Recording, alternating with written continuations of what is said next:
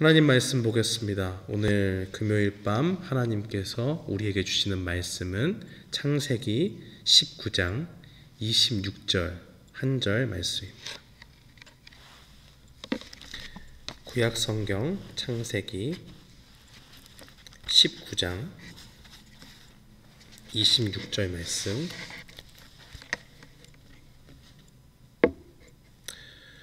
우리 다 찾으신 줄 알고 함께 봉독하겠습니다. 롯의 아내는 뒤를 돌아보았으므로 소금 기둥이 되었더라. 아멘. 저는 오늘 본문 말씀 창세기 19장 26절 말씀을 통해서 뒤를 돌아보지 말라라는 제목으로 하나님의 말씀을 선포하겠습니다. 오늘 이 본문에 나와 있는 내용은 이 소돔과 고모라를 멸하시는 하나님께서 그 죄악을 살피시고 그 천사를 보내서 그 땅을 멸하시는 그 사건 중에 생겨난 일에 대해서 말하고 있습니다. 이 사건의 시작은 어디서부터 나온 것이냐? 이 창세기 18장에서 시작을 하게 되는데요. 아브라함 앞에 하나님께서 이제 천사들과 함께 나타나시는데 이 소돔과 고모라의 죄악을 살펴보러 출발하는 그런 장면이 나오게 됩니다. 이 아브라함은 소돔으로 가는 그 하나님 앞에 이렇게 서게 되죠. 그리고 나서 간절히 기도하기를 그 성에 의인이 50명만 있으면 그 성을 구해주지 않겠습니까? 하나님, 간절히 그렇게 간구합니다. 하나님이 그래 좋다, 내가 50명 있으면 내가 그 성을 멸하지 않겠다 라고 그렇게 말씀하시죠. 아브라함은 그치지 않고 45명이면 40명이면 30명이면 20명이면 10명이면 하나님께서 그 성을 구해주셨으면 좋겠습니다 라고 그렇게 말씀을 하시죠. 하나님은 그 아브라함의 기도를 다 들으시고 간청한 대로 그래 그러면 내가 의인 10명만 있어도 그 성을 멸하지 않겠다 라고 그렇게 약속을 하십니다. 그리고 나서 이제 19장에 시작하는 내용이 천사 2명이 이제 밤에 그 소돔성에 이르게 되죠.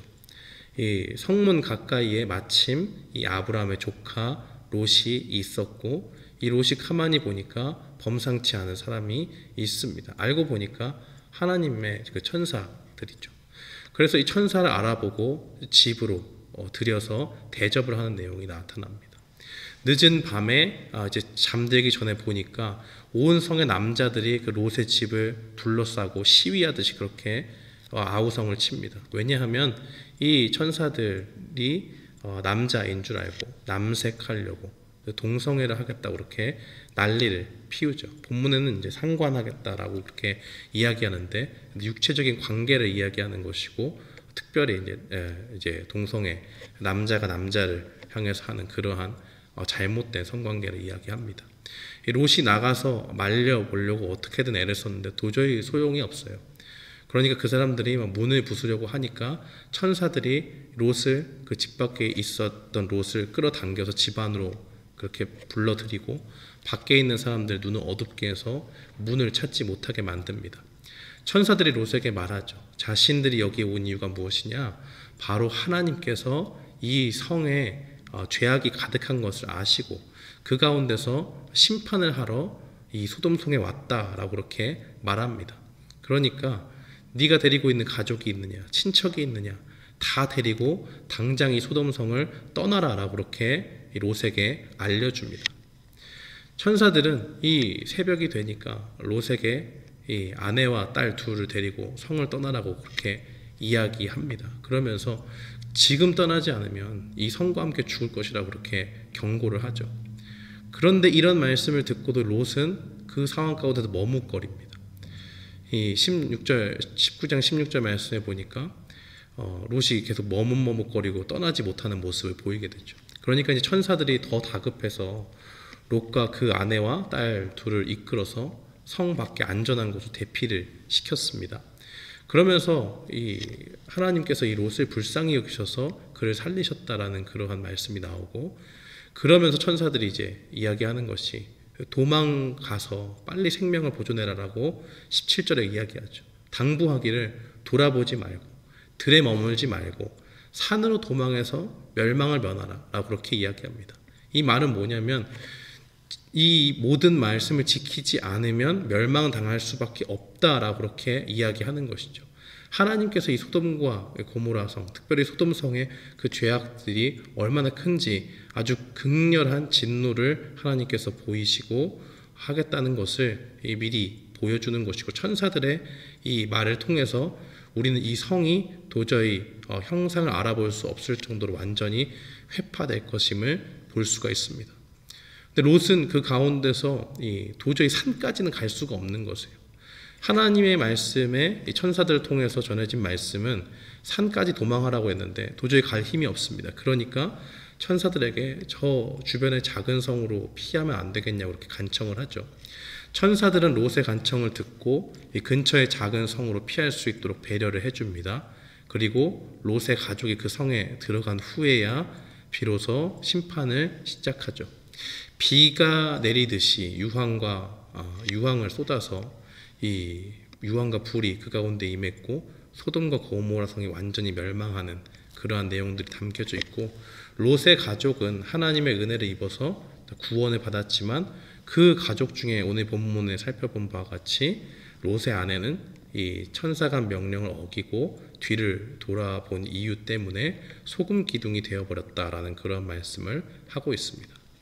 이 본문은 굉장히 짧은 한 구절로 되어 있지만 우리에게 분명히 주는 교훈이 있습니다. 예수님께서는 이 롯의 아내에 대한 내용을 제자들에게 마지막 날을 이야기하면서 기억해라 라고 그렇게 이야기하죠. 그래서 누가복음 17장 32절에는 롯의 철을 기억하라 라고 그렇게 직접 말씀을 하십니다. 이 땅에 다시 오실 그 재림의 날에 이 제자들에게 그 날이 어떤 날인지 설명을 하시면서 집에 있는 것을 다시 가지러 가지 말고 들에 있는 사람도 다시 집으로 돌아가지 말라라고 그렇게 이야기하면서 롯의 아내를 기억하라고 이야기하죠. 우리가 주님이 반드시 오신다는 것은 분명히 알고 있는 사실입니다. 그것을 알고 있지만 언제 그것이 다가올지 정확히 그날을 알 수는 없습니다. 그러나 그날이 가까워질수록 이 소돔과 고모라의 죄악이 커지듯 세상 가운데는 이 죄악이 점점 더 커져 갈 것이고, 그 가운데 우리는 하나님의 백성으로서 삶을 살아가야 되는 것이죠. 그렇다면 점점 하나님께서 다시 오실 날이 다가오고 이 죄악이 가득한 세상 속에서 우리가 이 땅을 살아간다면 롯의 아내를 보면서 어떤 것들을 배워서 그 말씀 가운데서 하나님의 그 교훈을 기억하며 살아갈 수가 있을까요? 롯의 아내를 생각하면서 우리는 무엇을 배울 수가 있겠습니까? 우리는 크게 두 가지를 생각해야 됩니다. 첫 번째는 세속적인 욕심을 버려야 된다라는 것입니다. 이 롯의 아내는 세속적인 욕심 때문에 뒤를 돌아봤고 그것으로 인해서 소금 기둥이 되었습니다. 창세기 19장 17절에는 이 롯의 가족을 성 밖으로 끌어낸 천사들이 분명히 이야기를 하죠. 뒤를 돌아보지 말아라 그렇게 이야기를 합니다. 이제 이 성에는 곧 심판받을 그러한 일들만 남았고 이 멸망의 성에는 그 어떤 미련도 두지 말아야 할 것을 의미하는 것입니다. 뒤를 돌아본다고 하는 것은 뭔가 두고 온 것이 생각이 나는 거고, 그 가운데서 내가 뭔가 하나라도 가져가고 싶다라는 그러한 것을 의미하는 것이죠. 분명히 소돔 땅은 그러할 만한 땅이었습니다. 멸망당하기엔 참 아까운 땅이었죠. 겉으로 보기에는 그렇습니다. 아름다운 땅이에요.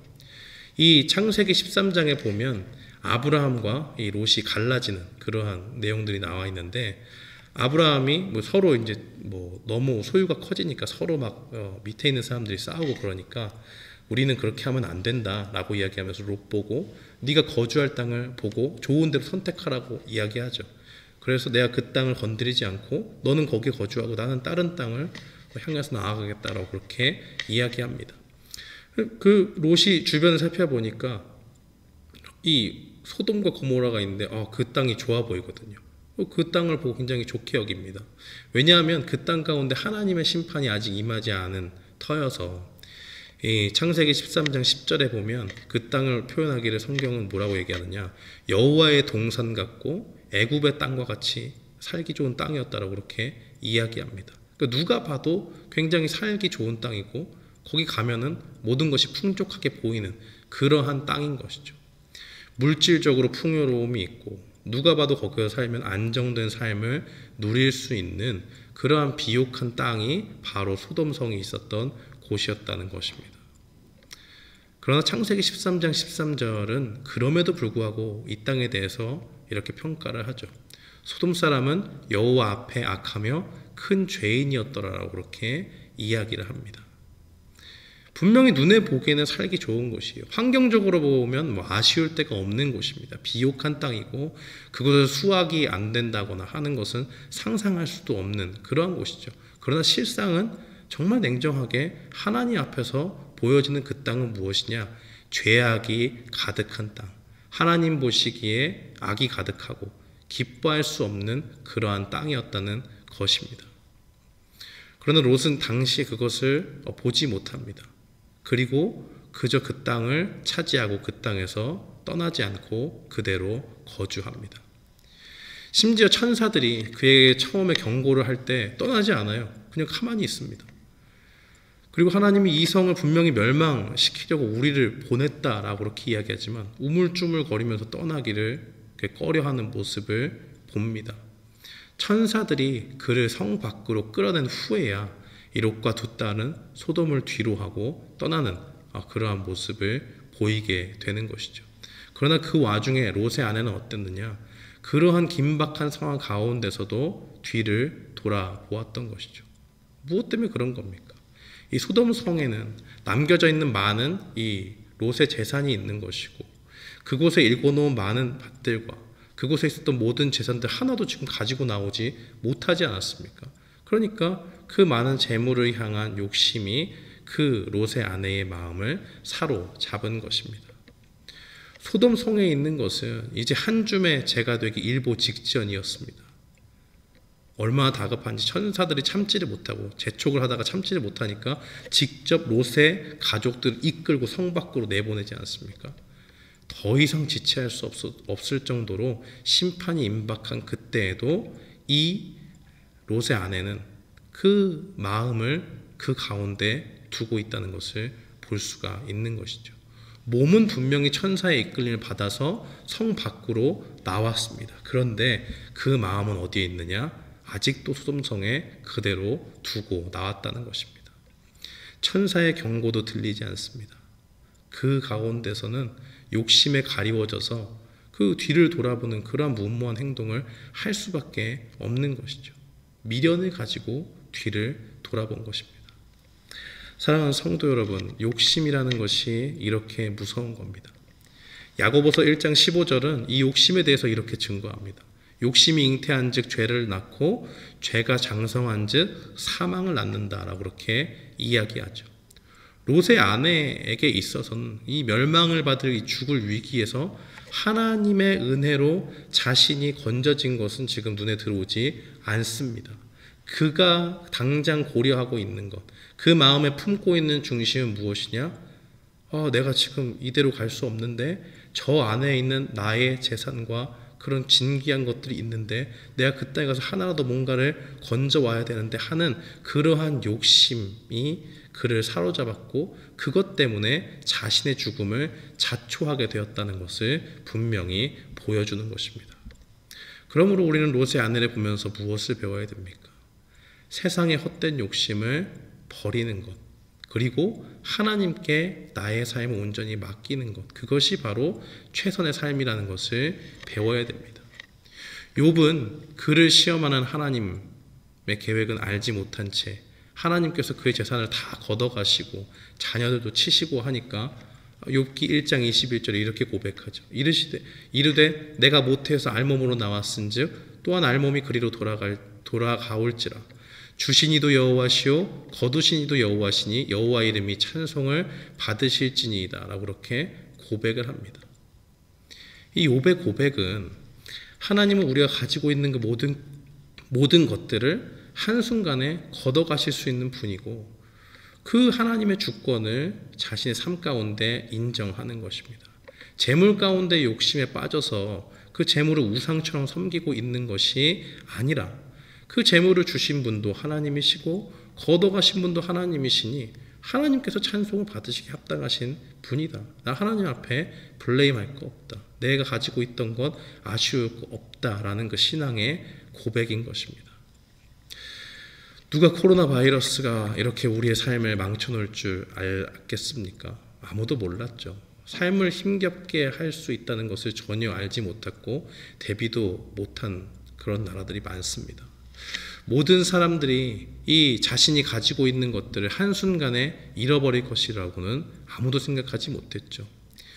우리가 가진 건강, 우리가 가진 직장, 우리가 가지고 있던 재물, 또 우리가 가지고 있던 그 사업, 우리가 욕심낸다고 가질 수 있는 것들이 있습니까? 실상은 아무것도 없다는 것을 우리는 분명히 기억해야 됩니다. 우리가 욕심을 낸다고, 갖고 싶다고 우리의 손을 움켜쥐고 해봐야 하나님이 걷어가시면 그만인 것이라는 것을 분명히 기억해야 됩니다. 그러므로 우리가 분명히 기억해야 될 것은 무엇이냐? 현명한 사람은 그 마음 가운데 욕심을 품고 살아가지 않는다는 것입니다. 오히려 욕심이 생기면 자꾸 버리는 일들을 합니다. 왜 그렇습니까? 욕심이 우리를 살리지 못하기 때문에 그렇습니다. 하나님을 바라보지 못하고 자꾸 재물을 섬기고 우리 마음 가운데서 세상의 헛된 즐거움에 마음을 빼앗기게 하는 것입니다. 그로 인해서 우리에게 남는 것은 무엇입니까?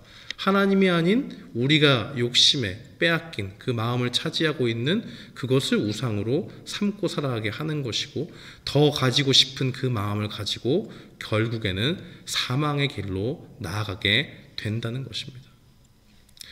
누가복음 12장 15절은 이렇게 증거합니다. 그들에게 이르시되 삼가 모든 탐심을 물리치라. 사람의 생명이 그 소유에 넉넉한데 있지 아니하리라 라고 그렇게 말씀하십니다. 사람이 죽고 사는 문제는 어디에 있느냐? 재물을 많이 가지고 적게 가지고의 문제가 아니라는 것입니다. 바로 우리의 영혼의 문제라는 것이죠.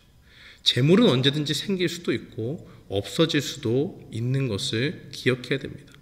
오히려 그러한 것들을 기억하면서 욕심을 버리고 하나님께서 모든 것을 주실 수도 있고 걷어가실 수 있다라는 그 신앙을 고백하면서 하나님께서 나의 삶을 이끌어 주신다. 우리가 주님을 의지할 때 하나님이 이끌어 주신다 하는 그런 것을 믿고 나아갈 때 그 가운데서 우리의 영혼이 구원을 받고 하나님의 은혜를 경험할 수 있는 것입니다. 롯의 아내는 욕심에 사로잡혀서 소금기둥이 되었지만 롯과 그 딸들은 욕심을 가지고 뒤를 돌아보지 않았습니다. 결국 이 멸망의 한가운데서 구원을 받게 되는 것이죠.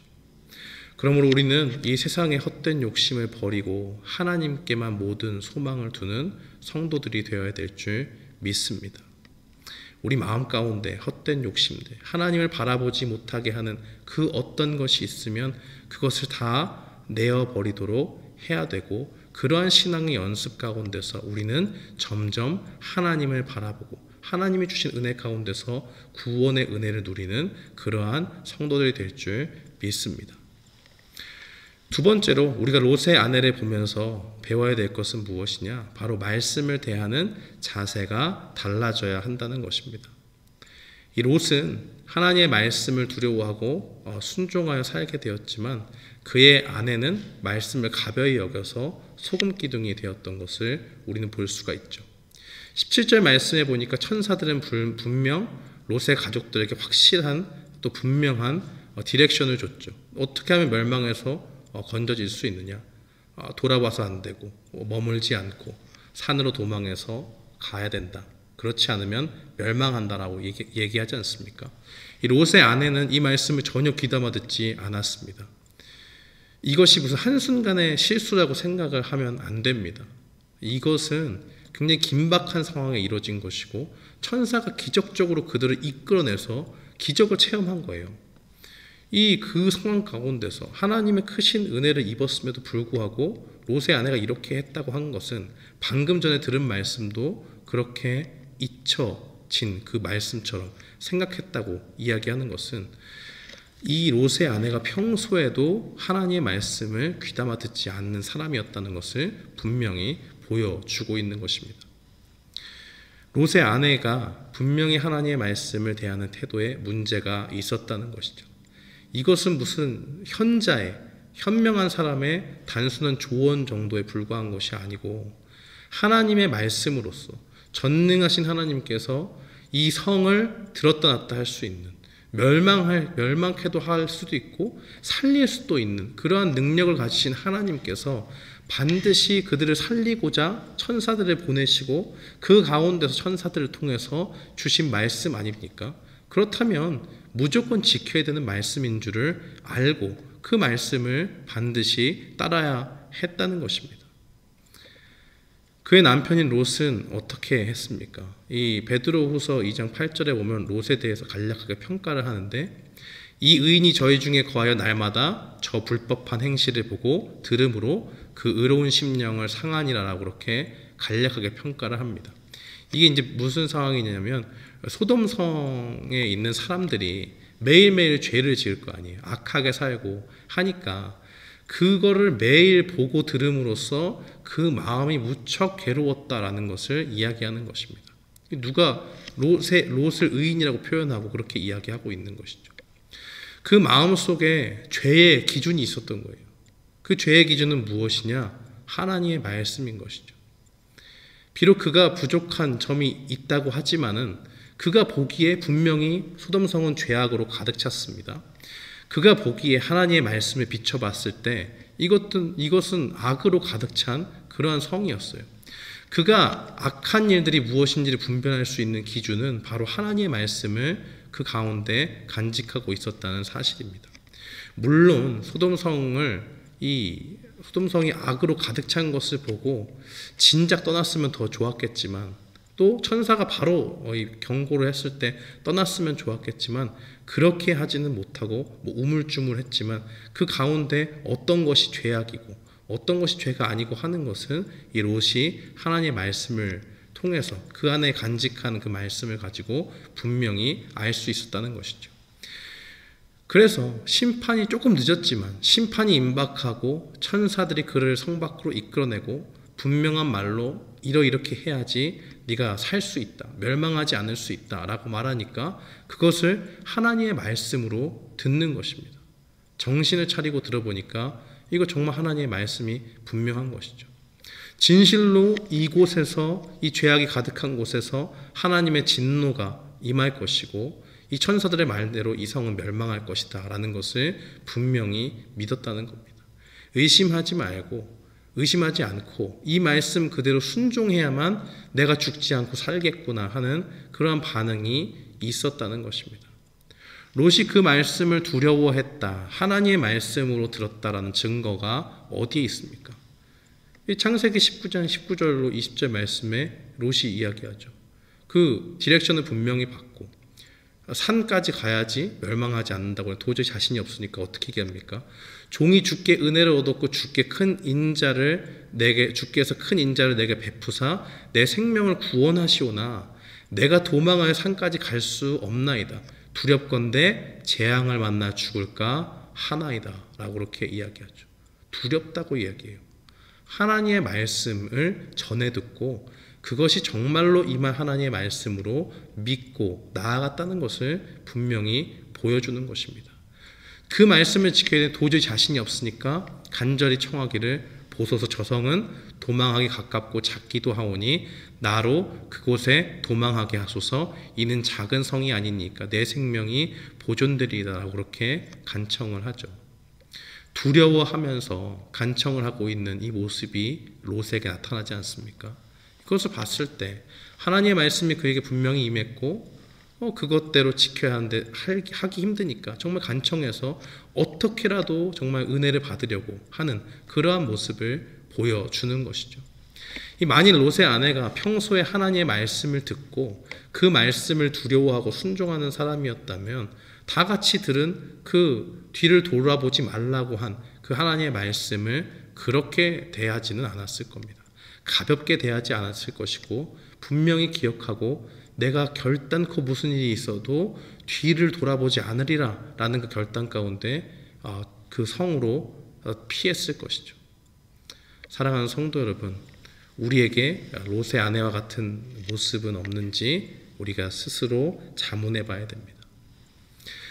하나님이 계속해서 우리에게 말씀하고 계시는데 무시하고 지금 당장 순종하지 않아도 되는 것으로 생각하는 하나님의 말씀은 없습니까?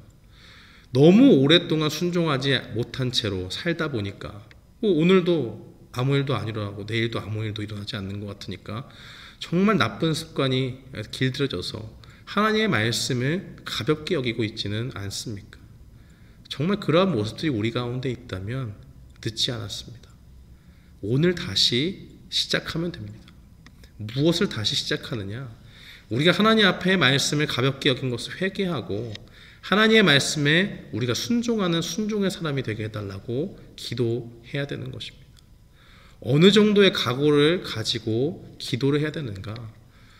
순종을 배울 수 있는 최고의 학교가 고난의 학교라면, 고난의 시간을 견뎌내는 것이 정말로 내가 순종의 사람이 될 수 있는 길이라면 어떠한 고난을 주시든 그 고난까지도 하나님께서 주시면 내가 달게 받겠습니다. 그래서 내가 순종하지 못하는 그러한 나쁜 모습들을 하나님 앞에 쳐서 복종하고 그러한 나의 완고함들을 하나님께서 깨트려 주시기를, 그래서 그것이 하나님께 은혜 받는 길이요, 그것이 정말 순종하는 사람의 모습이라면, 그렇게만 될 수 있다면 그렇게 고난이라도 달게 받겠다는 각오를 가지고 하나님께 나아가야 되는 것입니다. 사랑하는 성도 여러분, 우리가 이전에 욕심을 따라 살았다면 뒤를 돌아보지 맙시다. 세상의 헛된 욕심을 버리고 하나님께만 소망을 두는 우리가 되기로 결단하며 나아갔으면 좋겠습니다. 이전에 하나님의 말씀을 순종하지 못했다면 뒤를 돌아보지 맙시다. 순종하지 못했던 내 모습은 회개하고 하나님의 말씀에 순종하게 해달라고 기도하며 나아가는 우리가 되었으면 좋겠습니다. 오늘 말씀을 기억하면서 헛된 욕심을 버리고 말씀에 순종하는 가운데 하나님의 성도로서 하나님의 백성으로 살아가기를 결단하며 나아가는 우리 모두가 되기를 주님의 이름으로 축원합니다. 아멘.